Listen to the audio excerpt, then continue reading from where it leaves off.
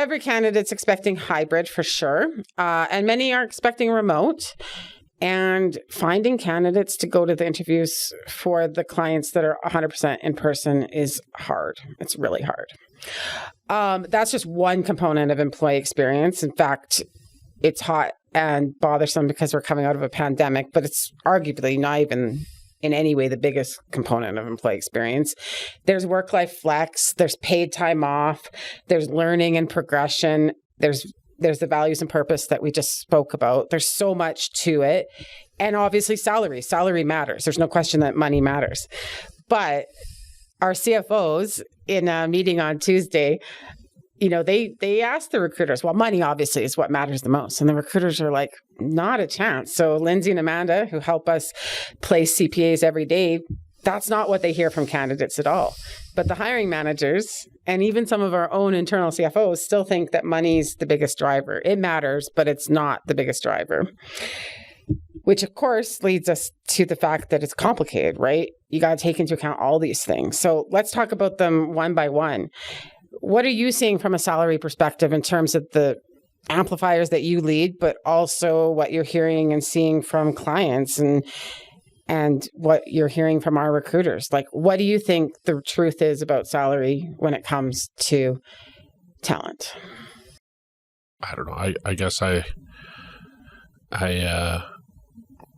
think about what I would think about, which is this enough money for me to take a gamble to change my lifestyle?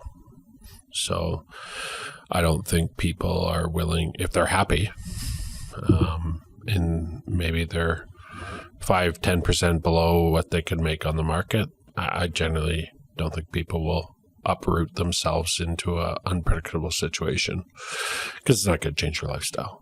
But if it's going to change your lifestyle, maybe a bigger house, maybe a fancier car, whatever, fancier school for your kids, I don't know, whatever that is. I think it matters.